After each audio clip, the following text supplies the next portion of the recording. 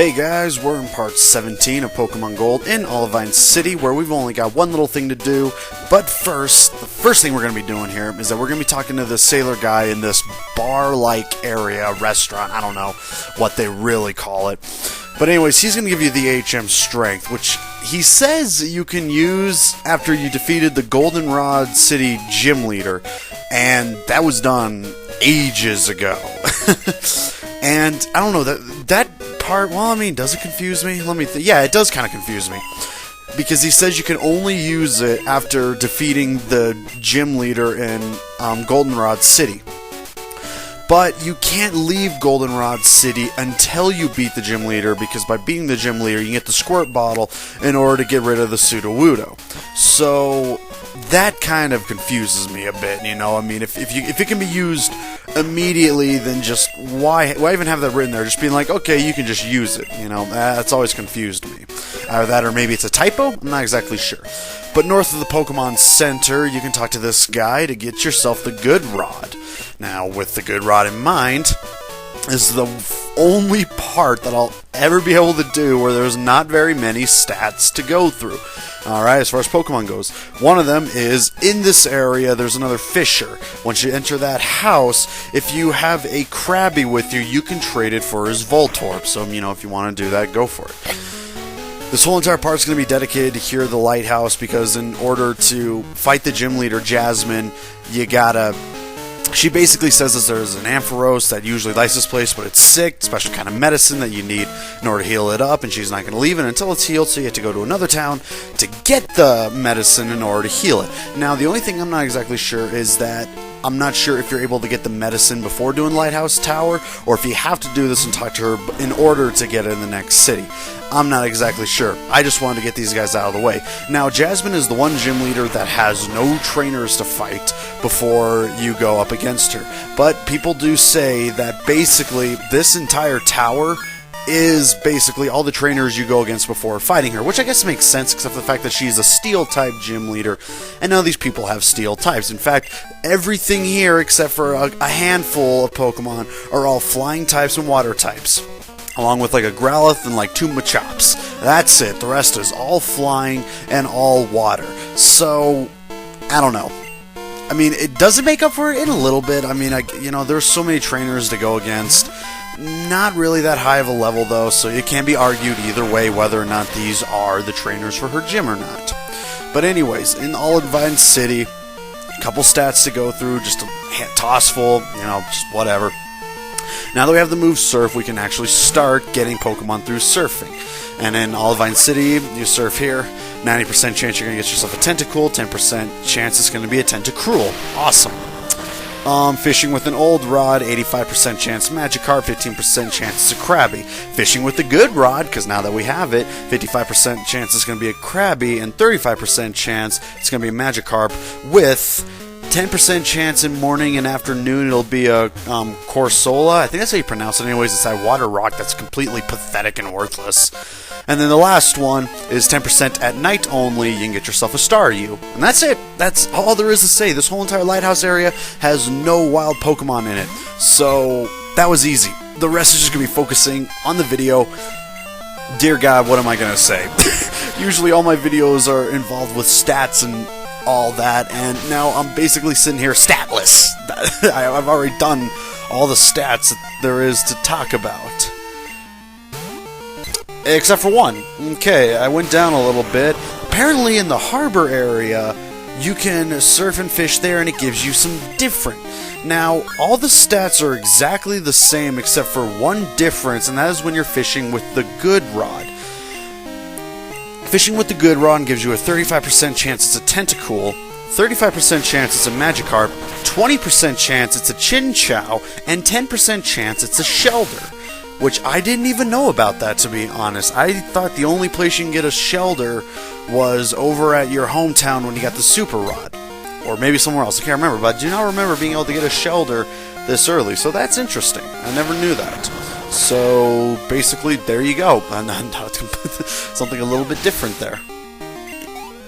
But anyways, yeah, because everything that we're basically going against here is nothing but water and flying type, we're obviously going to be using Flaffy, also because of the fact that Flaffy was a little bit under-leveled, and now Flaffy is going to become the strongest one on the team. And in the next... see, this is where...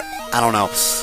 After, like, there are just certain areas where it's like one Pokemon is going to get extremely overpowered because you guys are going to be seeing Flaffy being used a lot in the next couple of parts. Because after this, we have to surf to the next city. This city is in a desolate area. I guess you can call it desolate anyway. That's just away from everything, and you have to surf through a whole bunch of trainers in order to get to there.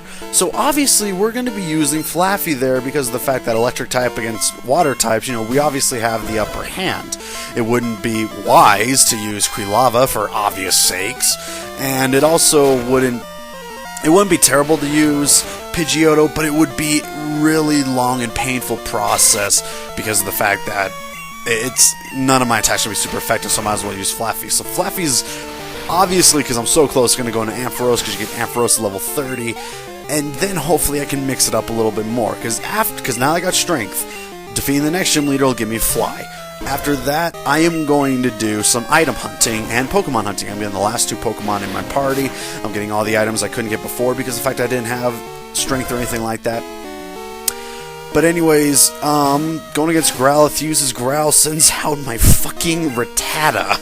That again, I have Rattata and Oddish still in my party, only because of the fact that I need them to be HM horrors for ones that I don't want to give my other Pokemon.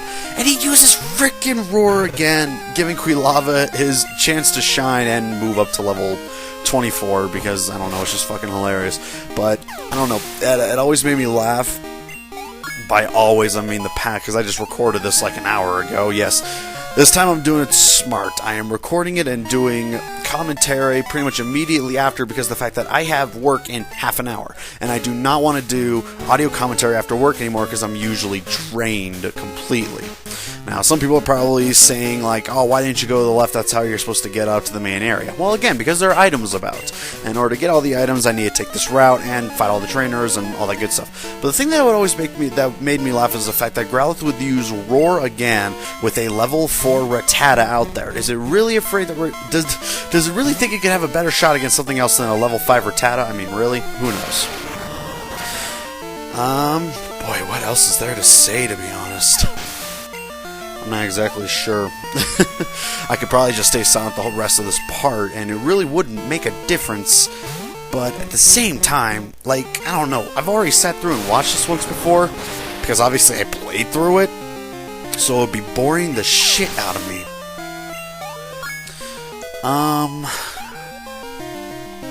Yeah, I really have no idea what else to say. The only thing that I can think about to say at the moment is, like I said, in the next area I'm able to acquire the move Fly, which, because I have Pidgeotto, means I can fly to every single area that I've been to once before. Now, there are 2 HMs that I still need to get, and that is, I kind of remember the numbers. One of them is Waterfall, and one of them is Whirlpool.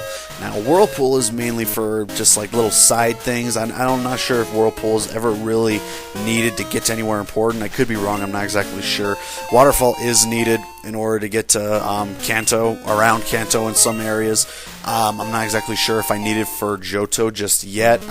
You know, as far as I know, using Whirlpool and Waterfall in Johto, and even in Kanto mainly, it's just for getting all those little extra things, which obviously I'm going to need. But as far as I know, every cave area that I couldn't get to before, like items I couldn't get to before, are only blocked off mainly by Strength and Cut and Flash, and that's about it. And Surf as well. There's no Whirlpool or Waterfall until the next upcoming towns, and then obviously Kanto. So, and I've got a Pokemon. I got a Poliwag just sitting in my computer. Then I caught it like after the very first part. Okay, not after the first part, probably after the second part that I recorded. I went and fished for him so I could use him for both Whirlpool and Waterfall because those are such pathetic moves. Waterfall isn't, I mean, Whirlpool, that's just a really bad move. If you end up using that move, you're retarded. Waterfall isn't too bad. It's got 80 power, and it's a physical rather than a special type of attack. Now, Surf is better because it is 90, I believe. Either that or Waterfall 60 and Surf is 80. It's one of the two. I'm going to go look it up because I don't need to look up stats anymore.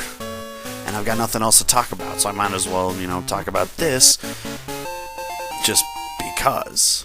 And I didn't even know Waterfall was introduced in Generation 1. Okay, yeah, it has a power of 80, accuracy of 100, and it is a physical type of attack rather than a special type of attack like Surface. And the other thing is that it does have the ability to cause the opponent to flinch, I believe. I do need to make sure that that is correct. It has no secondary effect. Wait, nope. Okay, in Generations 4 and 5, it has a 20% chance to flinch the opponent. That's probably why I thought it did flinch, because the fact playing Heart Gold so much, going against Lance's Gyarados and Noah's Waterfall, it would make me flinch every once in a while, so. But now in Generation 2, all it does is just do that 80 damage. And so that would mean that Surf has 90, and it's a special type and not a physical type. So it's not terrible. It is a pretty good move to have as like a just in case, I guess. Like if your opponent has a really strong special defense but doesn't have a really strong physical defense, and you can use Waterfall and that'll work. It all depends. That's all I can really say, is that it all really depends. Jesus. I've still got about another 4 minutes left to go, and I seriously have nothing to... I'm dead honest, I got nothing to talk about, really. The only other thing I can think to say at the moment is the fact that one of the caves I'm going into, which I can't remember what it was called, it was the first cave we ran into, and you need flash in order to light the place up in order to get some stuff. It's connected to 3 different areas, which is pretty interesting. And I think one of them leads to one of the last towns in Johto. So... I don't know. We'll figure that out once I actually start and go exploring and all that. And goddamn, I do not want to go to work today. I just had a nice 2 days off, and now I got to get back to it. Oy. Oh well, it's not terrible. And then here's the Machop that you go against. Just keep doing what you do. When I did my test run of this, I used Strength on Machop and only take away half its health, as opposed to using Thunder Punch. And again, it all depends on the fact that, okay, well, I'm a Thunder type, I'm going to use Thunder type moves, and it's going to do better. Now, the thing about Strength, some of you are probably wondering why I put it on, because Strength isn't that bad of a move. It's got a power of 80, and that's about it. It's a good normal type move, probably one of the stronger normal type moves that doesn't have a side effect like Hyper Beam and attacks like those.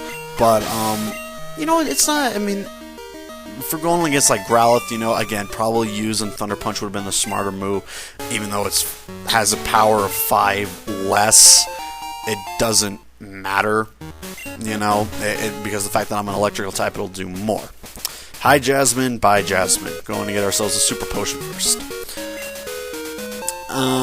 But yeah, after you take care of the sick Pokemon, she will head back to her gym leader. You should go right straight to her, and she was definitely even tougher than Whitney. She was the toughest gym leader I've ever had to fight in all of Pokemon.